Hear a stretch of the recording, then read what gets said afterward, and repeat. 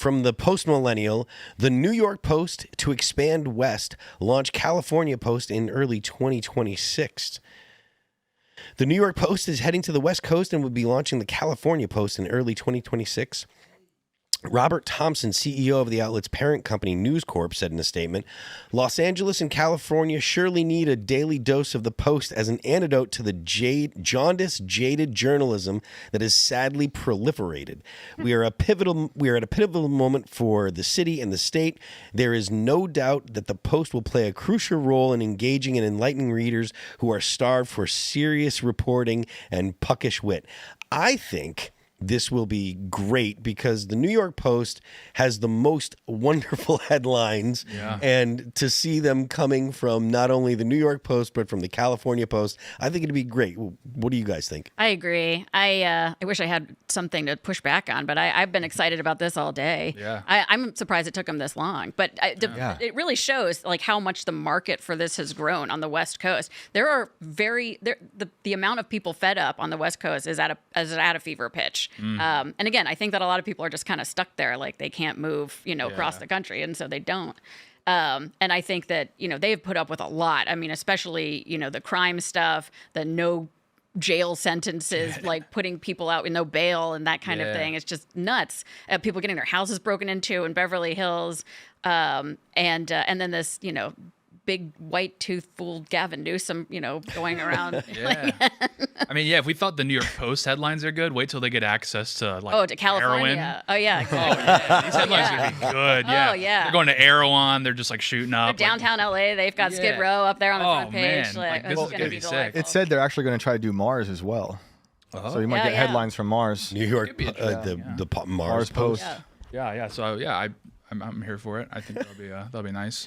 I mean, is this a comment on the state of publishing out of the state of California, or is this is the market calling for this, or do you think that the Post is just kind of jumping in saying, hey, I think we can get some more journalism here? I think there's a big restructuring happening right now of publishing. Publishing's dead maybe, and it's trying to find its way back. We're seeing like Larry Ellison's son trying to buy the Free Press for $250 million. Mm-hmm. Was it really? Might have seen Tim Dillon talk about that yesterday. It was hilarious, but it doesn't, people are trying to make moves in media, and they should. I mean, it's important. I just hope they don't use AI writers. I hope that Post doesn't embrace, because it's going to happen. Yeah. How many articles have you read that are AI? I'm sure that you've read plenty of them. I know I have, and they're terrible. I bet you've read some great ones that you don't even realize. I'm sure there are. I'm sure, because I'm looking at terrible little articles that are 3 paragraphs. You know, because it opens up with here's an article about. So I don't know whose opinion on AI I find more objectionable, yours or Elad's. At least you have a healthy fear of it, whereas Elad thinks that it's just a gimmick. Elad's like, it's just like the .com bubble. It's like, the .com bubble was a bubble, but like the internet is still here, and it's a good thing. So like there was substance to it. I don't know if it's going to be as apocalyptic as I initially thought, but it's going to be bad. Yeah, I think I do agree with Elad saying they're good at branding. Okay, the AI people are very good at branding. But we're seeing people losing their jobs to AI. Yeah. And it's definitely going to come for publishing. So hopefully not, because I see there's a veteran reporter working on this, and hopefully they actually have human veteran reporter R2D2. The interesting thing AutoPen. Yeah. The interesting too is it's not that there's a lot of new publications. There still is an appetite for digital media. It's the fact that they're trying print. Yeah. I'm like, oh man, there's someone here that really. It's great. They do it in New York, and they do it successfully. I wrote an op-ed in the Post maybe 3 or 4 months ago, and I sent friends out because I wasn't in New York, and I sent friends out to go get me some copies to save, and they couldn't find them. Really? It was sold out. I'm cool. sure because of my op-ed, obviously. Of course it was. But it's amazing. People, it's almost like novelty or something. I think people enjoy it, having the smell of the ink and the paper. I had to go to 8 different bodegas when the Trump mugshot came out. Yeah. Well, that I understand. That makes sense. It is kind of turning into a bit of a. I think print's having a thing right now. I love the County Highway. About this Walter Kearns publishing. It's a newspaper, and you can only get it as a newspaper. It's not online, and it's amazing. I had a story in there a year ago, but you get it in the mail. It's just amazing. I have a paper and beautiful written stories, and it's incredible. I think it comes out every 2 months, but I see that happen. They're like on a countrywide tour right now with the paper. It's incredible.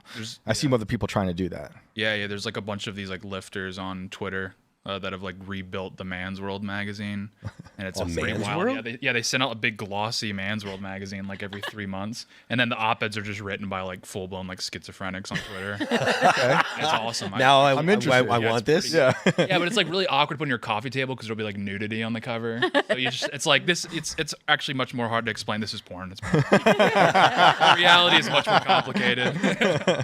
Not porn. I promise. Don't read the articles. Exactly. So No, I mean, I don't know like how much copy matters. We're talking about like AI inside of this thing. Like, it's the headlines, right? And I think that the fact that the stories are being written is more important than the way they're written these days. And I think that they've identified that at the New York Post, and they're doing very well with that. Yeah. Do you think they have a lot of AI writers right now? I don't know. I wouldn't accuse them of that. I think that's low down dirty. So, who knows? They're cheap, so Can you tell us what papers do use AI? I wish I could. Let's single them out right now. I do know the AI flags now because I like looked them up. I actually asked AI what the AI flags are. Yeah. What if it throws you off? It's like, Yeah.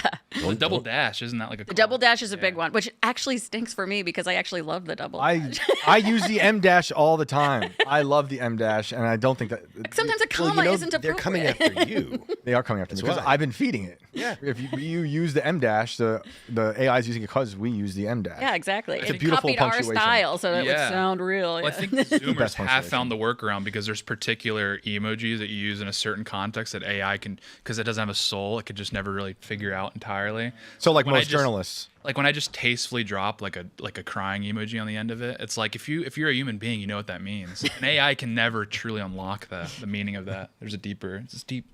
It's Actually really deep, Phil. You should be in tears right now. The Post Millennial went on to say, as the Post is expanding its reach, other outlets have had to cut back. CNN laid off hundreds of employees in January, and in June, the company was reportedly expecting additional layoffs on the horizon as parent company Warner Brothers Discovery announced its corporate breakup. Other outlets such as Vox Media, HuffPost, and NBC News have seen layoffs in recent months. So this is something that it is actually surprising that the Times is going to be expanding the Post is going to be expanding in an age when clearly there isn't really an appetite for at least the legacy news, right?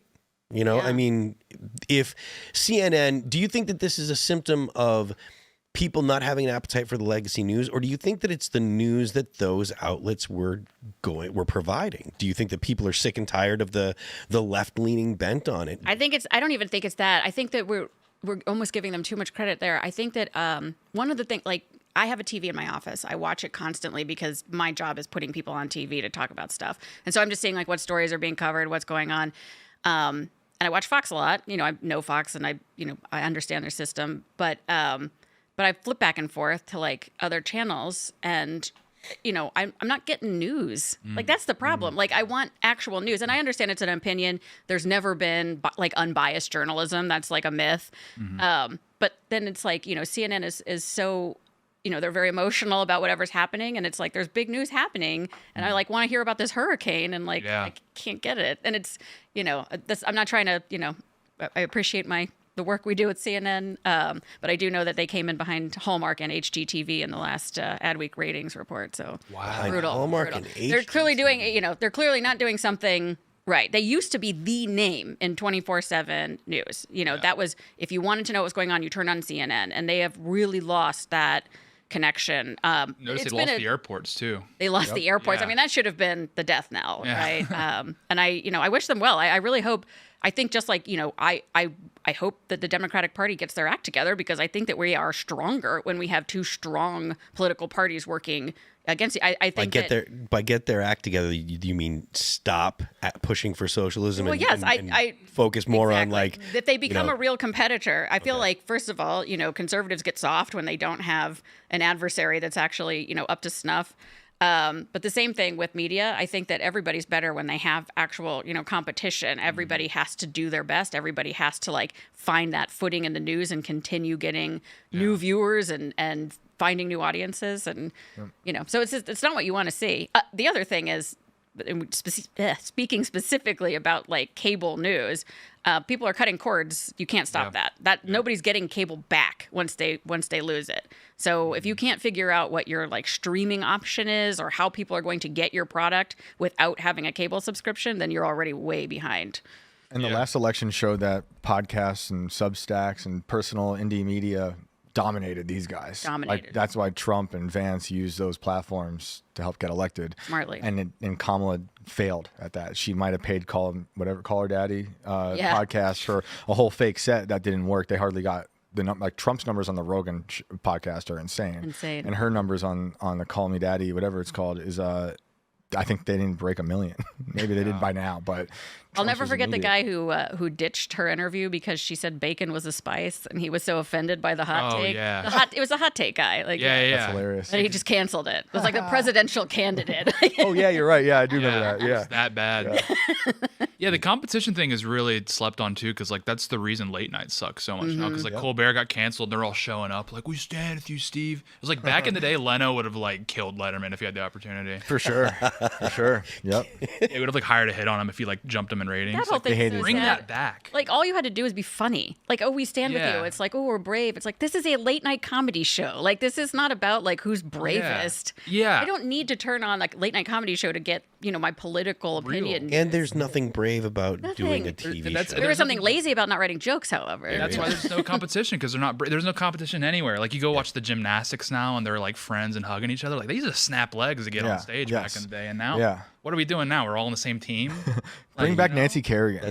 Bring back a little Tanya Harding days. Yeah, we're not on the same team. That's why the We're in a UFC. Wheaties box. That's why the UFC has such great ratings, because it's actual competition. They actually 100%. even the guys that like, there are some guys that are, show each other respect and stuff like that, but they're still trying to punch the other person's face off their head. And I think you see it the same thing in like in football, and in some sports, WNBA. the WNBA. Well, there's only a couple girls that get attacked in the WNBA. But when it comes to at least mostly men's sports, it's actual competition. But even still, like in the regular NBA, the viewership is down. Yeah. I assume that it's the same with the NFL. But the Super Bowl was really well viewed. Like last year, it was still a big deal. So it's not ubiquitous. But yeah, I think that the fact that there's a whole lot of kumbaya and in everything is actually detrimental to people that are viewers, because viewers want to see that competition. They want it to be real. They don't want it to be manufactured. So yeah, it's very sad. Yeah. Also, I want more segments where like people disagree with each other. Like I feel like that's fine, and people are. I don't know. I didn't really book a lot of people. I used to book on Fox. I didn't really book a lot of people that were like.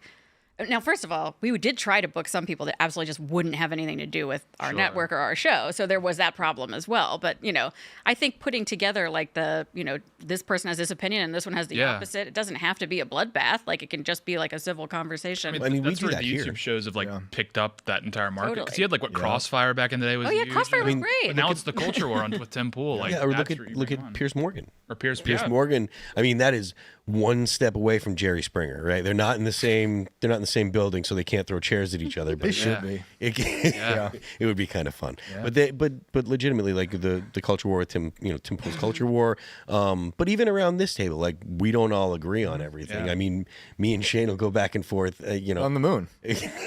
On anything. Like, at least we agree the moon is there. There we go. That's fair. That's fair. We agree that the moon is there. What the moon is, that's where we the difference comes in. But you can tune into Inverted World Live tonight at 10 o'clock to find out. You're gonna find out what the moon is? Yeah, we're gonna debunking the Yeah, I'm gonna pull it up on Wikipedia tonight. Great That's news. my source of information. Phil. Wikipedia. That's great news. I'm afraid to ask a little bit. I think the moon is actually a ball of rock that probably originated with Earth, something smashed into the Earth, and whereas I think Shane thinks it's hollow. I don't really know. Okay. I think it could be a mothership for an ancient breakaway civilization. I think Earth is only a little over 6,000 years old. So 6,000. Okay. Well, yeah. I mean, Biblical stuff, God yeah. made Earth in a day. In 7 days. So I stick with that. I'm a Bible thumper. Technically, he made Earth in a day. Well, Earth, but like there was 7 days there in creation. All the other stuff came Well, in. 6-1 was a rest day. Yes, right. And there's people who disagree on what a day means and all that stuff. But I'm pretty strict now in my mind with 6,000, a little over 6,000. Okay. So the moon being a rock that hits Earth millions of years ago is just all made up to me. Okay. Fake time. So we disagree. Gotcha. There you go. But he'll. But we're cool. Yeah, See, we can get along. We can get along. Yeah, we don't need the moon. We don't need.